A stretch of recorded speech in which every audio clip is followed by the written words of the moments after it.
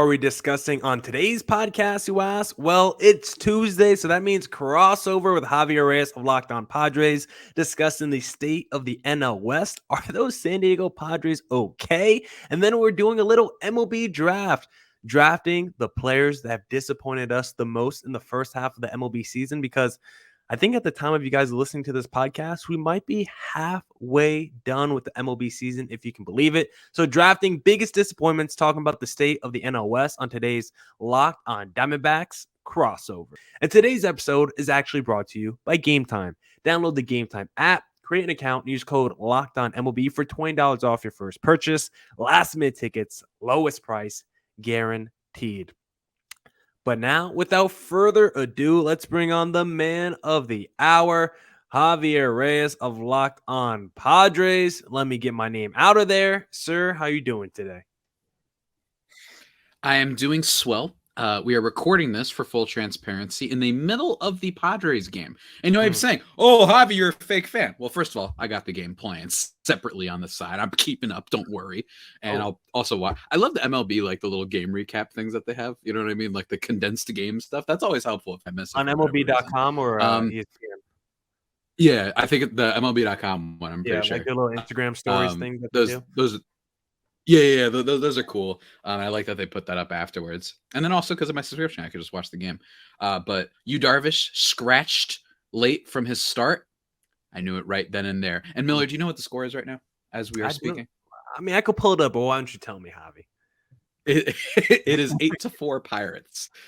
And what's funny is the Pirates actually scored for once at the beginning of this one. Ha-Seong Kim getting a big hit, Gary Sanchez getting a hit, and then it's like, oh well, here's the problem: your starter wasn't playing tonight, so now the Pirates are lambasting you. So look, it is a season of disappointment and sorrow, Millard. What can I say? Yeah, because when we do these crossovers, I like to always start with a little NL West division talk. And I don't know how much stock you put into Dan Clark tweets, but I saw that he tweeted out saying that locker room, that team chemistry in San Diego, it's at the point of combustion. We got the deadline around the corner. Are you afraid this just might be like a little one-season trial with this Padres core, or do you think it might last past the deadline? I like that you were like, how about whatever stock you put into Dan Clark tweets? Like you're just prefacing it with that. Popular guy.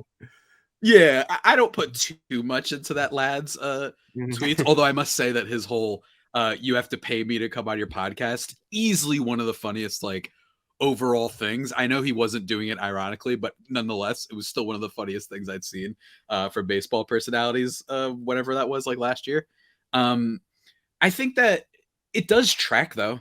You know what I mean? Like there is a reason for that. And granted, that's how misinformation or things that might be just rumors and not necessarily totally true can spread, because there's like an ounce of like believability with them and whatnot. But I mean, I can see, Xander Bogaerts made a comment after they lost the series against the Washington Nationals, where he was like, I mean, come on, it's the Nationals. That was part of his quote. But like that's still a pretty inflammatory remark and crazy thing to say. And look, this is a team that just 2 years ago had locker room stuff, you know, with Fernando Tatis Jr. very publicly and Manny Machado like going at it on the sideline, or in the dugout, I should say. And that was like only what they say was like one of many instances. So that wouldn't shock me. And the other thing is this though, team chemistry is big, but what locker room is okay when it's a bad team? You know what I mean? Like, I'm sure the Mets locker room has been a mess. I'm sure that the Cardinals locker room has been a mess. And that's not necessarily good or bad. I'm not going in one way or the other, but that's just kind of what happens. So I don't know if like that's the sign of like Bob Melvin losing the locker room or whatever that means, right? I think that it's like a team that they know they're underperforming, that they got all these guys that are getting paid a crap ton of money, deservedly so. But they're underperforming drastically, and they're embarrassing not just themselves, but kind of like the sport in a lot of ways, because this is a team that went after and said, screw you. It's actually great to spend money on players. And they did that, you know, Peter Seidler and his money and AJ Preller giving out the contracts. And now you're following it up with some of the worst like baseball and no heart, no clutchness. So it looks really bad for the Padres, and it wouldn't surprise me. I don't know about you, Millard. You know, we're students of the game. Doesn't it feel like we're getting like an athletic article or something of that ilk about the Padres, like some rumor of it feels like we're due to get something like that. And I'm honestly a little bit surprised it hasn't happened already. Maybe it'll happen after the season, but yeah, I mean, it's them and the Mets. The Mets, we've seen it a little bit with Buck Showalter kind of antagonizing the media a little bit, and certainly we'll be talking about the Mets in a little bit. But yeah, I think we're due. What do you think?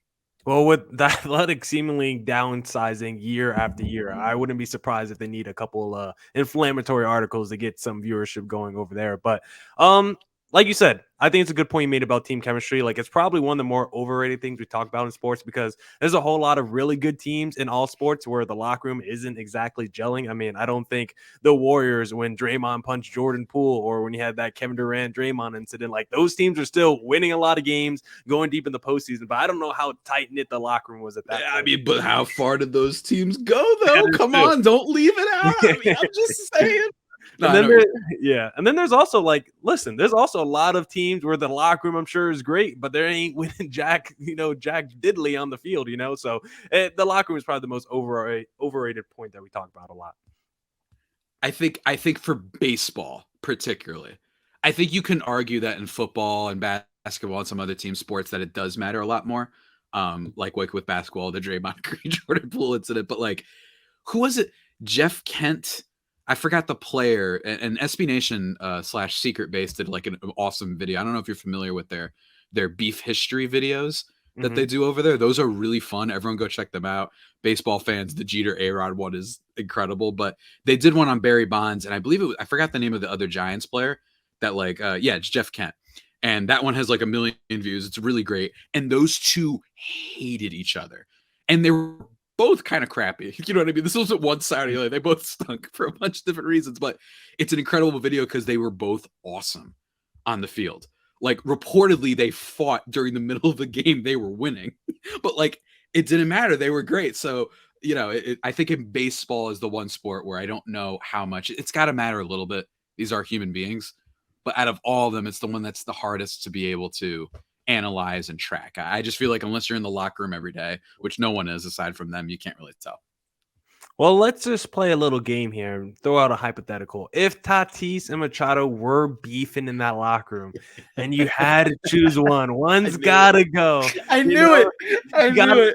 Gotta pay Soto. You just paid Bogarts. All your pitchers got paid. You gotta decide: are we keeping Tatis? Are we keeping Machado? One's got to go. Who's leaving? I knew you were gonna do this, but I thought you would do Tatis and Soto. I don't know why. Yeah, I didn't think it would be Manny again. I thought you were gonna mix it up, but no, that's funny. I think neither of them can go realistically. I know it's a theoretical, but they're both extended long term. If Manny wasn't, then yeah, he'd be like, if they didn't extend him before the season, that'd be one. Yeah. And his name will be brought up later in our conversation as well. I mean, they're gonna get rid of Manny. He's older. Tatis has all the potential. He's got the blockbuster value. Just how it works. I'm just looking at Tatis's numbers again, like right now through this season, even after missing the last year and a half on the calendar. I don't even know how long it was. The dude looks like he hasn't missed a beat statistically. So yeah, I think he's been pretty good overall, especially with the defense being so good. The only thing with him that he's missed a beat on, which because he's so talented, it almost doesn't matter, but swinging at literally every pitch, like every single pitch he swings at. So he's got to take a few more pitches, but he's so talented that he's making contact anyway and hitting and slugging the ball. So he kind of makes up for it, but it's just a tiny little, just play devil's advocate about Tatis. If he's going to win the MVP potentially, then that's what might hold him back. And he's like, I haven't played baseball in 2 years. I'm swinging at everything I've seen. It's been a while. Exactly. Like, I get it. So I get it. Yeah, he's too good. And, we're also going to be drafting here pretty soon. Most disappointing players from the first half of the MLB season. Maybe there'll be a San Diego Padre or two on that list. We'll see. But before we get there, Javi, I first want to talk to the listeners about Game Time. And we got a new overlay for our YouTube audience, in case you haven't noticed. But my YouTube audience, please go to Game Time. If you are ever going to a D-backs or Padres game and you need last-minute tickets, Game Time is the place you need to go because it's the best place for last-minute ticket deals. Forget planning months in advance. Game Time has deals on tickets right up to the day of the event. Get exclusive flash deals on tickets for football, Baseball, basketball, concerts, comedy, theater, and more. The Game Time guarantee means you'll always get the best price. If you find tickets in the same section and row for less, Game Time will credit you 110% of the difference. It's the fastest growing ticketing app in the country for a reason. Get images of your seat before you buy so you know exactly what to expect when you arrive. Buy tickets in a matter of seconds. 2 taps and you're set. Tickets are sent directly to your phone so you never have to dig through your email. Snag the tickets without the stress with Game Time. Download the Game Time app, create an account, and use code LOCKEDONMLB for $20 off your first purchase. Terms apply. Again, create an account and redeem code LOCKEDONMLB for $20 off. Download Game Time today. Last minute tickets, lowest price, guaranteed. All right. Back here with Javier Reyes of Locked On Padres. But first, let me tell the audience real quick. Don't forget to catch every D-backs and Padres pitch on their hometown broadcast when you download the Sirius XM app and either search up Diamondbacks or Padres on the app. Now we're officially back with Javier Reyes of Locked On Padres. And now it's time to do a little draft, Javi, because we are like damn near basically there at the halfway point of the MLB season, and it's so easy to talk about the positives, the teams that have been doing so good, the players that have been killing it and looking like all-stars. You know, I could talk about Corbin Carroll for days, but it's always more fun to get a little cynical, a little negative, and I always have more fun talking about the downside and talking about the biggest disappointment. So right now, for the next couple of segments, we're going to be drafting our most disappointing players from the first half of the MLB season. And how do you feel about a little coin toss? Asking Siri on who should go first. Should we do that? I love it, man. That's what you got to do. Right. Come on. Let me see. Or you know what? I thought I actually had a coin. Okay, let me just ask Siri. Hey, Siri, flip a coin. Hold on, audience. Tails. Oh, wait. We didn't pick heads or tails. You want heads or tails? Tails never fails, man. Let's do it. Hey, Siri, flip a coin. It's heads this time. Look at Siri coming through for the boy. If we did the first time, you would have got it, but we totally just forgot on how to flip a coin there. So, audience, Millard will be going first. I will be drafting number 1 overall, and we're not, I mean, unless you want to. I feel like in 2-person draft, you really don't have to do a snake draft, and unless you really want the turn and you want to draft back-to-back, then we could do a snake draft. But I feel like a normal fixed draft with 2 people just going back and forth is probably. I think that's better. Yeah, I think that's fine with 2 people. Yeah, the easiest thing to do. So I am curious to see who you're going to draft number 2.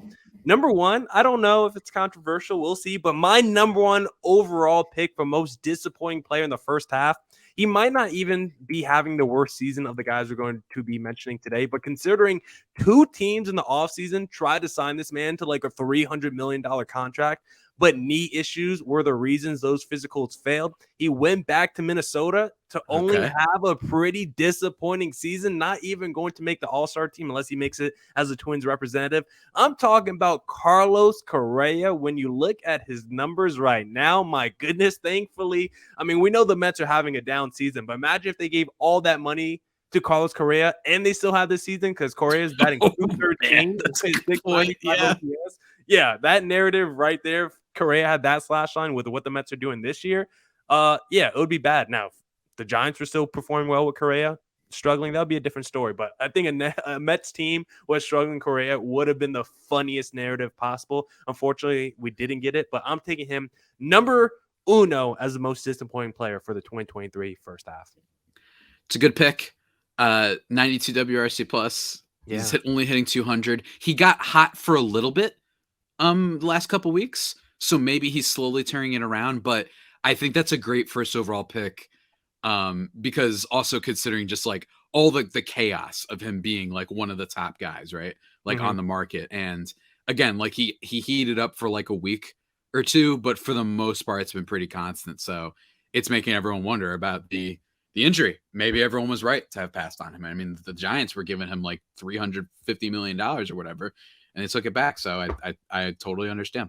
Yeah, he could be the biggest what if from this past offseason because if we get a few more seasons where he looks like this, like it's only the first year of that new deal. It's only the first half. But if it's like a couple years of where he just doesn't look the same, the Mets and the Giants fan bases are going to be pretty happy that they dodged a bullet there. Javi, who's going number 2 overall in this draft? See, I'm going to take a better pick. because Okay. unlike you, I plan to win. I Oh, plan wow. to win the disappointment. That's where we're at. You know what I mean? All right. Because while I do agree with all your reasons that Correa, especially given the like theater of it all of his Yeah, signing, that's has been part of disappointing. But I also have to say, well, we kind of had those injury things, so it. Mhm. part of me is like, should maybe we have seen this coming? Okay. I'm the Padres guy. I got Oh. to do it. We Oh. love him so much here, and he's got the swagger. Don't Ooh. listen to the idiots who say he doesn't hustle. Uh-oh. My first pick is Manny Machado. Um, Oh, man. and there's a couple reasons for this. Number one, last year he should have won the MVP, in my opinion. I've been on the record about this. I don't Okay. care that your former boy Goldie had a higher OPS plus. I don't care about his WOBA. What I care about is heading into last season, Manny Machado knew I have to be the one because we didn't have Tatis and we had a weaker lineup, and he came through. And I think that means something. And it's just a little bit weird for you to win MVP when your teammate was the third runner-up. That's just a little bit weird for me optically. I'm done with my soapbox. He follows up last year, and this year so far, he has been pretty bad. For one, he's also part of the runners and scoring position thing, 206 average with runners on, and he just signed a gigantic extension right before the season. And instead, right now, I mean, again, last year, 7.4 F4. He's got a 1 right now. Last year, had a 152 WRC plus. Right now, it's 94. Swinging at a bunch of things, and I don't think it's only luck-based. I think there's been some other players that have been disappointing this year, particularly on the Mets, that have been a little bit just off year. You're getting a little bit unlucky. With Manny, it's just, especially after the extension, especially after such a great year last year, especially with all the A's, maybe extend Soto next, all that stuff. He's my number one pick. I just think that it cannot be emphasized enough. He's gotten a little bit of a pass amongst Padres fans, which understandable because he's so cool and he's been so great for the team overall. But I mean, first year after the extension, and this isn't even a new team, you know? You know how Yeah. some guys, Xander Bogaerts, I imagine, is going to get drafted in this. It's a new team, and we've seen this happen before. We saw it happen with Marcus Semien and Corey Seager last year. Yeah. Right? Like they signed with new teams, and now they're awesome this year. So Xander, that might be why he falls a little bit in this disappointment draft. Machado, you're just extending. You've been here already, and you're just not performing. Defense is still good, but he's swinging at way too many pitches as well. Just not good stuff. So he's my first pick, man. Yeah. For all those reasons I outlined. Machado was high on my list. I think I had him like maybe number 4. And you got to, take into account expectations for his team, expectations for Machado. Yeah. The fact that he kind of was making a little noise this past offseason with that contract extension. Like, exactly. I mean, look, after the first month of the season, there was only 30 players with a negative F4. One of those 30, and I know he's gotten a little bit better since, one of those 30 was Manny Machado.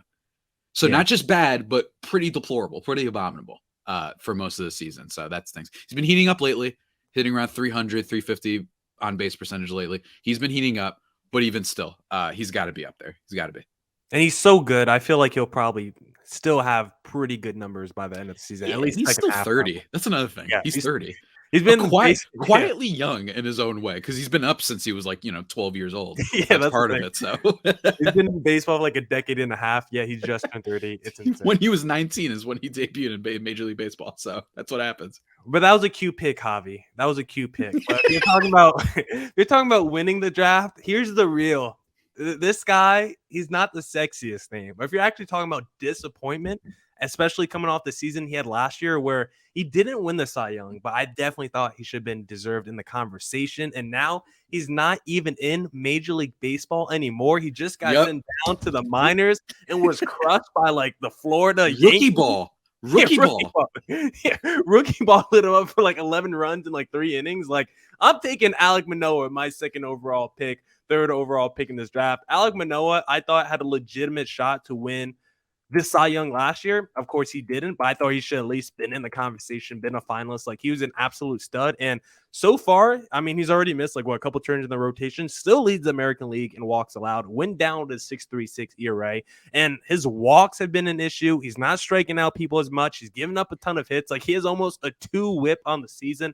I don't know what happened to Manoah. I feel like he's been body snatched out of Major League Baseball, but this is someone I thought was one of the rising stars among pitchers. I thought he was going to be a huge catalyst to that Toronto Blue Jays team. They added a Chris Bassett with the Gosman from last season, and you got Barrios, who's had a bounce back. If Manoah was good this year, you would have had like 4 number 1 starters, 4 number 1 and number 2 starters in that Blue Jays rotation. And Manoah had just been such a big disappointment. I've drafted him on a bunch of fantasy teams, and he just not come through for me this season. He's been dropped by all those fantasy teams as well. Oh, yeah. I mean, again, we're not kidding. Rookie ball start, gave up 11 runs. I will be a little bit, I can't get too into details. I have heard there's some off-field, he's just struggling with some things. So it might just be mental. Forces? One, mentally just like being a little bit. One, just mentally, just in terms of his confidence, but also some off-field, like personal stuff might be contributing to it. But even still, like, forget that.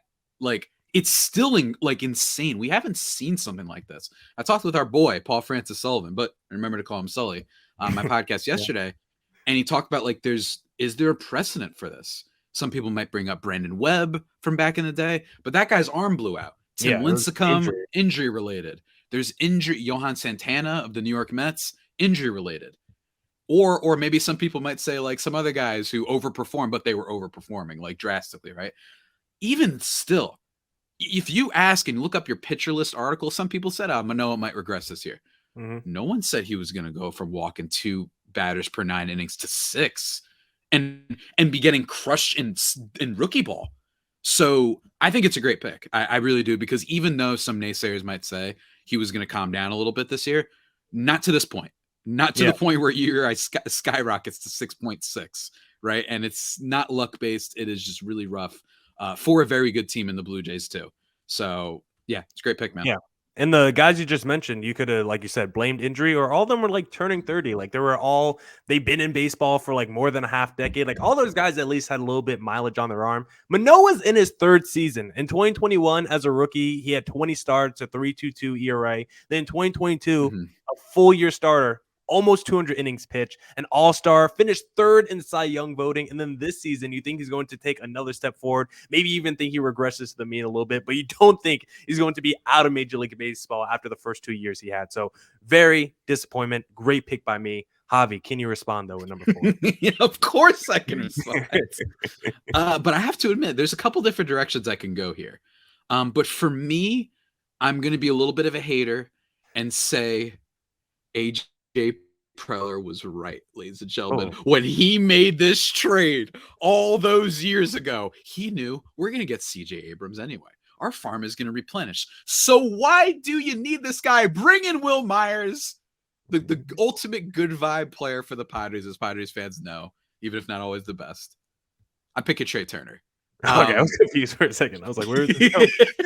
Like, AJ Preller was right to trade this man away. I'm of course kidding, but I'm not kidding about Trey Turner. He's been not good. I made this joke a lot. He's literally just Isaiah Kiner-Falefa of the Yankees. I'm not like even making that up. Their slash lines are similar. Signed a big contract, and if you want to bring in some extra stuff, some other kind of things, is on top of the contract, on top of the fact that he's been a really good player for a while. Shout out to some former people who might be listening to us who debated me on him versus Tatis a while ago. He was a hero in the World Baseball Classic. You know what I mean? All the Philly fans were like, wow, we get this guy for like 10 years. And he comes in and is just massively disappointing. It's not entirely luck-based. You know what I mean? The BABIP, I'm pretty sure, is pretty high. He's not hitting for the same level of power. He's basically only had, from what I've seen, like 1 game this year where he hit like 2 home runs in a game. And I think he was part of that comeback against the Mets from over the weekend. But other than that, I mean, truly, like, just this bad. And granted, it's his first year. Things can still get a little bit better for sure. But it's just massive disappointment. And it was supposed to be kind of a move that put Philly, I'm not going to say over the top, but help them get back to where they were last year, which is the World Series. And he's not been that. 86 WRC plus, man. Slugging 387. It's just, wow. That's it. Wow. Yeah. And it's so weird because this is like one of the most consistent offensive players we have in Major League Baseball. This is a guy with 297 career average. And like the last couple of years, he's also turned into like this power home run hitter that could also steal bases. So it's like the fact that he can't hit anymore has just been so weird. And it's like you said, it's a new player on a new team the first season. So I do think he'll be okay moving forward. Like I did predict a huge Marcus Semien, Corey Seager bounce back this year. That looks like it's come to fruition. Lindor, his second season with the Mets is right. Lindor's second season with the Mets has been a lot better. Third season a little shaky, but yeah, I think a lot of times we see that first season, new place, new team. It could be a big struggle, especially for like infielders. It feels like it, like these up the middle guys. I don't know. Maybe got to build team chemistry or other partners on the infield defensively. So maybe there's just a lot to think about when you go to a new team. But Trey Turner, number 4, can't be mad at all with that pick. And I mean, he's 30. He's going to get paid until he's like 40 by the Philadelphia Phillies. So I know Phillies fans are probably feeling a little nervous, but like we just talked about, new players in new places. Like look at Nick Castellanos this season. Last year he looked like a terrible. Terrible. This year he's putting up all-star numbers once again. So let's hold out hope that Trey Turner could get back into it. But now it's time for me to make a selection at number 5. And man, I thought this guy wasn't going to be on the board any longer, but he's still there. Javi just keeping them on the silver platter for me. I mean, honestly, there's a whole bunch of guys we could take, but I'm going with my 3rd overall pick. I can't believe he's still on the board, but I'm going with an actual reigning Cy Young Award winner. You might be thinking it's one guy. Mm-hmm. I know you're shaking your head like, yeah. No, it's the other Cy Young Award winner from the National League, because this is someone that's on a good team. That's a team that's, I think, like 10 games above 500 at the time. Oh, yeah. I know who you mean. Okay. I was right. Okay, you're right. Okay, never mind. The team, if he was performing well, I think we'd be looking at them as a true World Series contender with how the rest of that rotation has performed. Mm-hmm. Guys like Luis Ariz have come in and batted 400 for nearly half a season. But he's awesome. he's awesome. But the ceiling of the team just doesn't feel as strong with Sandy Alcantara. I'm not quite sure how to pronounce that last name, but Sandy, I drafted him in fantasy as well. He's been a huge disappointment after literally running away with the Cy Young Award last year. Like it was not close between him and the rest of the field. Like by the All-Star break, we were like, if Sandy Alcantara, if he just stays healthy in the second half, he's going to win the Cy Young. And that's what happened. And then you come into this season, the Marlins offense has been a little bit better. Guys like Braxton Garrett, Jesus Luzardo, you even got the Yuri Perez's. Like you're getting great contributions from the youngsters in your rotation. You just need that 1A leader, that superstar at the top that could guide you through the postseason. Sandy has not been that guy this year, and I'm getting him at number 3 overall for my team. Oh my God, a steal. Here's why he isn't there for me, but it's close. I was debating between him and another pitcher who I'm about to take in a second. Okay, that's fair. With Alcantara, in fairness, it's been bad. Like 5 ERA on the season right now. I'm pretty sure he is finally doing well. Like tonight, I think when I was looking at against the Red Sox, he's having a good start. I will say he's this type of pitcher that it's just not. I wasn't going to be that surprised if he regressed, because a lot of what made him really great is volume. It's not like he's an elite strikeout guy. He was a great control guy. He's still an excellent pitcher, top 5 still. Don't get me wrong, but I just feel like a little bit of a fallback. Granted, it's been a giant one, which I still think why he's a worthy pick here, but just because it's so volume based for him that he was doing so many complete games. And I'm not totally surprised that maybe the next year he'd fall off a little bit, maybe some fatigue setting in or anything like that. But even still, I mean, 5 ERA is pretty nuts for a follow-up season from Cy Young winner. Yeah, I mean, 6 complete games last year on a shutout for Sandy Alcantara. I still don't know how to pronounce that last name, but yeah, I think if he was good this year, we'd be talking about the Marlins in a different light, and I think he's a big reason why we don't truly see them as a World Series contender and just more of a frisky playoff team once we get there. But Javi, who's the pitcher you think you're going to draft right now? I'm going to take Corbin Burns of the Milwaukee Brewers. Little bit of a weird pick, might surprise you. He hasn't been dreadful. He hasn't been as bad as Sandy has been, but he's also someone who won a Cy Young not too long ago, and he's like a super strikeout guy, and it's not as predicated on volume for him, which is why I think it's a little bit more disappointing for him. His strikeout rate, 22% this year, it's just not as great. He's not getting as many chases. He just hasn't been as dominant. His strikeout rate, like I said, is down.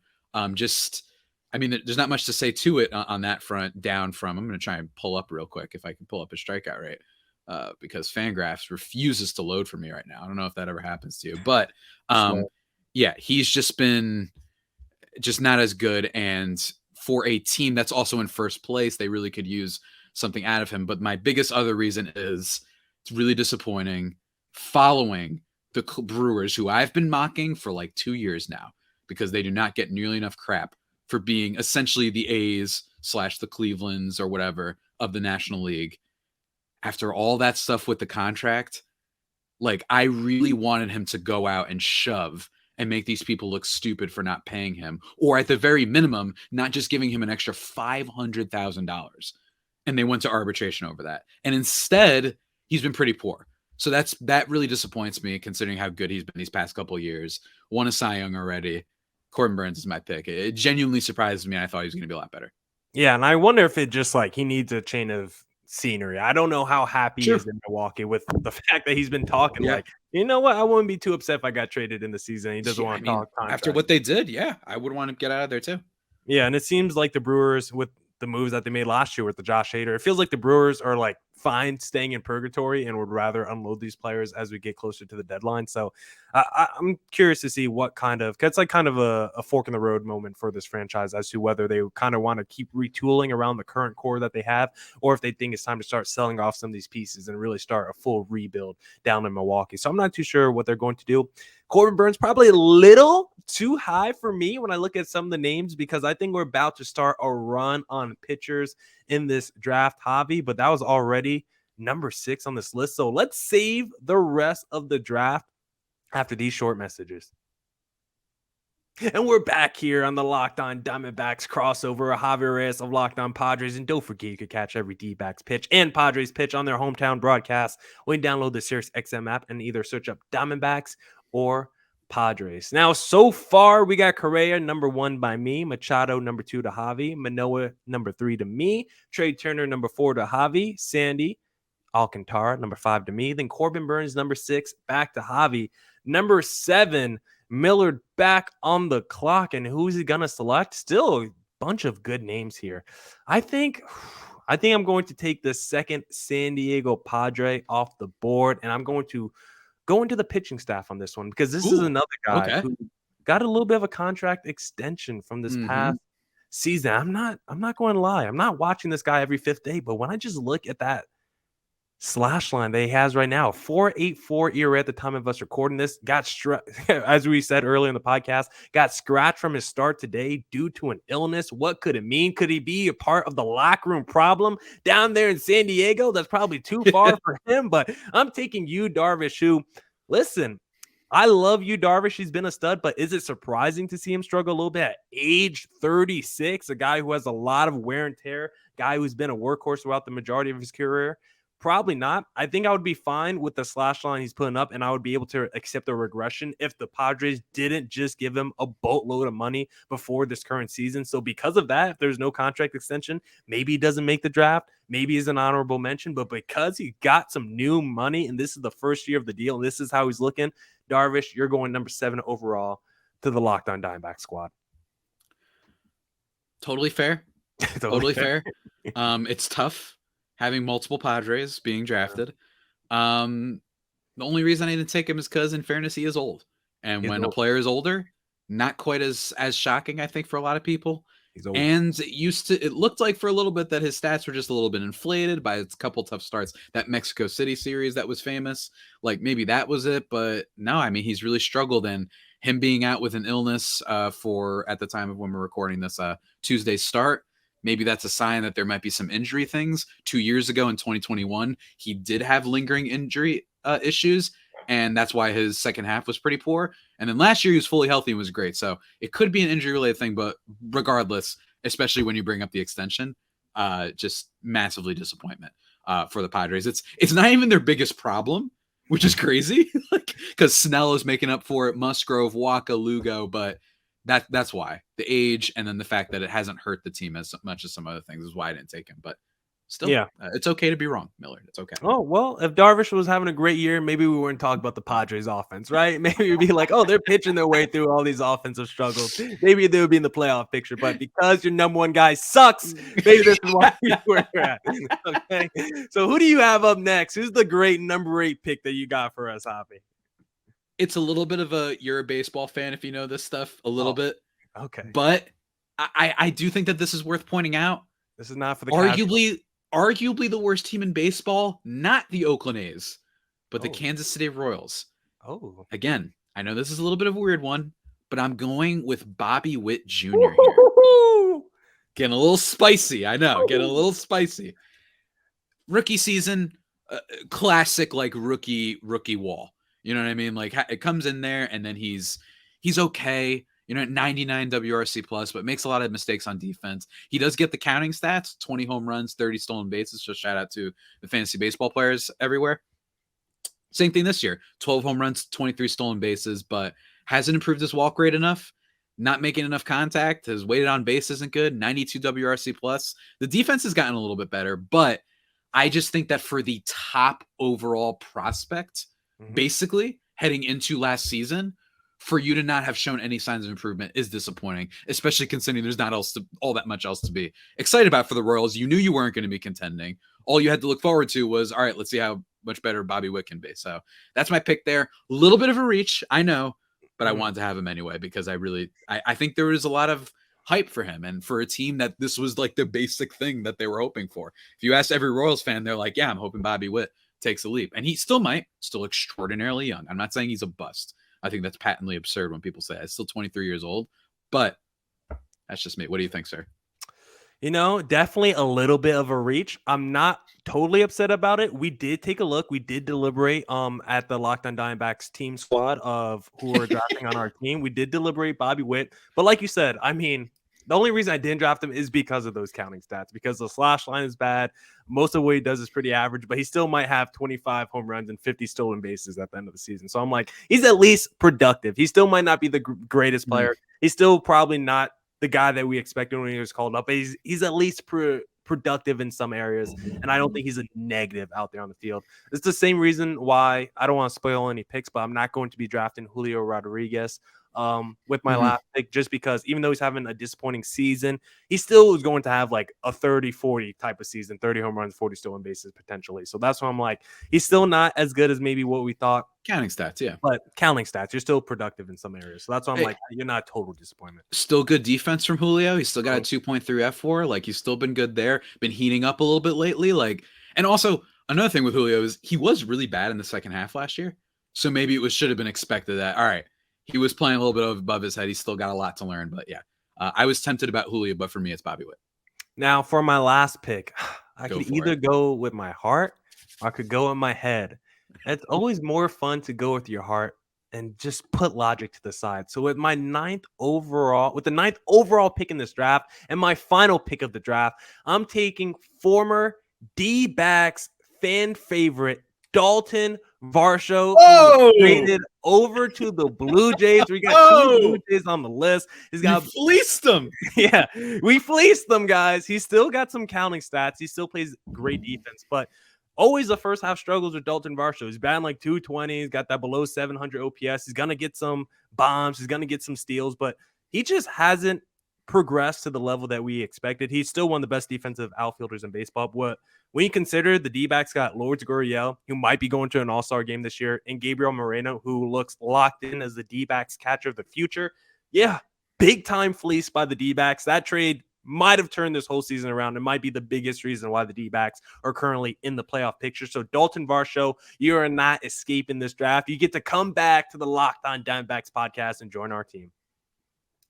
It's a solid pick. You got to get some homerism in there. I was wondering when it was going to happen because you don't have anyone on your team. That's been disappointing, really. So I was like, all right, how is he going to find his way here? He can't go Madison Bumgarner because he's always been bad. All right, he can't do this. He can't. So I was JD Martinez. You might have been able to go if he was bad with the Dodgers, right? But I love the pick. I appreciate the homerism. Yeah, that's a good. I'm going to get wild for my last one. Oh, okay. I'm going to mix it up. I'm going to do something ridiculous.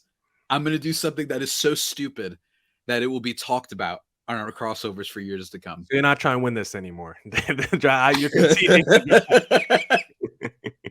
I'm taking Brian Reynolds for my last pick. You know why? Because I'm disappointed that he wasn't bad. And you know why? Because this man and I've written about this for Just Baseball. Everyone can go look it up. This man was in trade rumors for like 4 years, as long as I've known you. And I was gonna cry of laughter if he gets that extension and comes in as even that good. The same thing as last year. So this is disappointing for me that he wasn't bad. I am disappointed personally because it would have been so funny following all the rumors and people. They said they wanted a Soto package for this man. You know what I mean? Like, come on. And he's a good player. 24th in F4 among outfielders, not the craziest in the world. He's a solid player, hits for power on a Pirates squad that's, getting a young team that's getting a little bit better. But I just think it would have been so funny if he was bad after all of this chat, because I have like a personal vendetta against this man. And so I'm hurt. I wanted Brian Reynolds to not be that great because I think it would have been funny.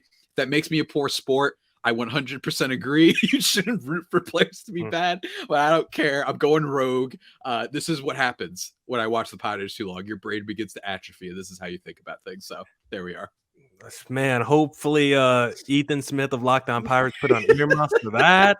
I'm sorry, Ethan, that Brian Reynolds had to be taken in this draft, but Javi, thank you for conceding the last pick and basically declaring me the winner on this draft. I mean, it's not even close. If I have to do a quick recap for the listeners, this is who's on Millard's team as the most disappointing player for the first half. Carlos Correa, who was signed to $800 million this past offseason, if you count up all the contracts he signed. Alek Manoah, who was a finalist for Cy Young last year, quite literally getting crushed in rookie ball. Then I took the reigning Cy Young Award winner, who's not even the best starter in his rotation anymore, took Yu Darvish, and then I wrapped it up with Dalton Varsho, who was acquired for 2 All-Stars, basically. So, yeah. And then on Javi's team, he's got Manny Machado, superstar, Trey Turner, superstar, Corbin Burns, superstar, Bobby Witt Jr., young superstar, and then Brian Reynolds, who's actually having an All-Star season. So I'm not even sure if you If we did like a graphic on Twitter, it would be so confusing for people to be like, wait, it's disappointing for him, but for nobody else. Brian Reynolds. This personal disappointment. And let me just run through some quick honorable mentions. I don't know if you have any, Javi, but I got some. Okay, good. For my last one, when I was debating that number 9 between Dalton Varsho, the other guy I was debating was Pablo Lopez because he's got like mid-4th ERA. And when you consider the guy that you gave up for Pablo Lopez is batting .400 through the first half of the season, I feel like that counts. I had Justin Verlander written down, but he's been kind of hurt, so I don't feel like that's spiritually correct. Same with Jacob deGrom. Like, I don't want to put those guys on. Jose Abreu was pretty close to getting drafted because that was mine. Yeah, that was yours. Okay, and then I also had like mine. Sorry, if I stole your thunder there, Javi. No, it's fine. It was what I was considering for my last pick. Was Jose Abreu, but I want it to be fun and stupid. Yeah, I mean, Jose Abreu might have won you the draft, but yeah, Brian Reynolds definitely lost it for you. Then I also had like Tim Anderson down, Nestor Cortez. Yeah. I had your Puerto Rican poppy Francisco Lindor down, and also not disappointing enough. He's been good. I would have defended him if he did good. That. I don't know about that. And then how about Byron? He's getting better. How about Byron Buxton? I had him down too. Just because he's finally healthy and he's like not having Buxton all season. It's like the only time he's healthy. It's like, why are you not looking like the superstar we always see when you're on the injured list? It's insane. That might be a personal disappointment one. I don't know. I mean, I get it. Francisco Lindor, my thing is the defense is still excellent. He actually made a crazy play while we were recording this in the Mets game against the Brewers, like a Jeter-esque kind of turnaround throw. His WRC plus is positive. BABIP is super low at 240, which suggests that he's been getting unlucky because he's a good base runner. That's why I was going to pick him. So yeah, I came prepared if you picked my boy. Trust me, I was ready. Jose Abreu, great pick because he's just been terrible. And everyone was like, oh my God, rich get richer with him. Yeah. You know which one that I didn't even put him down. I only realized it now. My last honorable mentions that I wrote down before this, Aaron Nola of the Philadelphia Phillies. That's a good one. Free agent, all that thing. The only reason I didn't pick him is because while he has been bad, this is kind of his thing. He's the Eric Hosmer of pitchers. Okay. And what I mean by that is if you look at his years, his ERA by year, it's bad, good every single year for Aaron Nola. So part of me is like, maybe we should have just seen this coming. Right. He's got a 4.3 ERA as we speak. But like if you go to 2017, 3.54, year after that, 2.3, 3.87, 3.28, 4.63, 3.25, 4.38. So just really inconsistent. Chris Bryant was an honorable mention for me. But old and it's Rockies. So it's hard for me to think anything on that team is a disappointment. Vlad Jr., if I was feeling like a jerk, I was going to pick him and just be like, oh, I thought he was the MVP guy. Vlad Jr. He was the 5th overall pick in fantasy. That was one. Dylan Carlson or Tyler O'Neill. If I was feeling like more like a jerk, because reportedly they didn't want to give up those guys for Soto. And it's like, whoa, I'm disappointed if you couldn't give up Dylan Carlson for Soto. I mean, we're he must be amazing. The last one I even have on my list, I'm going to be honest. Dylan Cease of the Chicago White Sox. Totally, very quietly, I think everyone is just like, yeah, no crap. Like, everybody on the White Sox is bad, but he was like a Cy Young contender. It was like one of the best strikeout pitchers in the league last year. So for him to be where he's at right now is like pretty surprising in a lot of ways. And I imagine some nerd out there will be like, oh, I saw this coming. But I mean, he was a good player. So yes, White Sox, totally expected, but not from Dylan Cease whatsoever, for sure. And if you want to, because he's batting 250 on the season, you could have put Mike Trout on the list too. I don't know if you. You are such a menace. I was Nobody listened to him. This is just a bit. No one even saw. I covered my mouth. I'm Mike Trout. I just did it real quick. No one even saw that. That's just giggles, guys. You guys know I like to do that for just giggles, just for the giggles. He's your Brian Reynolds. I'm personal disappointments in the fans for batting a man with 250 average for the All-Star game. But that's neither here or there. That's just a joke. We want to see the Angels in the postseason with Ohtani and Mike Trout. That's what we all want to see at the end of the day. Javi, we've been recording for nearly an hour at this point. Where can the listeners find you online? They can find me online at Javipeno, JAVIIPENO, or at LO_Padres if you want only the Padres tweets, because sometimes I talk about some other stuff on my main account. And then Locked On Padres on YouTube to see my hat and to see us both lose it when I took Brian Reynolds in the draft. So go check that out for sure. Yeah, and for the Padres listeners, at CreatorsThomas24 for my personal account on Twitter, or look up Locked On Diamondbacks, Twitter, Instagram. Search up the podcast on all your streaming platforms and look up Locked On Diamondbacks on YouTube as well. Please, talking about the state of the NL West and drafting the most disappointing players in the first half of the MLB season. We're Javier Reyes of Locked On Padres. Until next week, sir. Doses.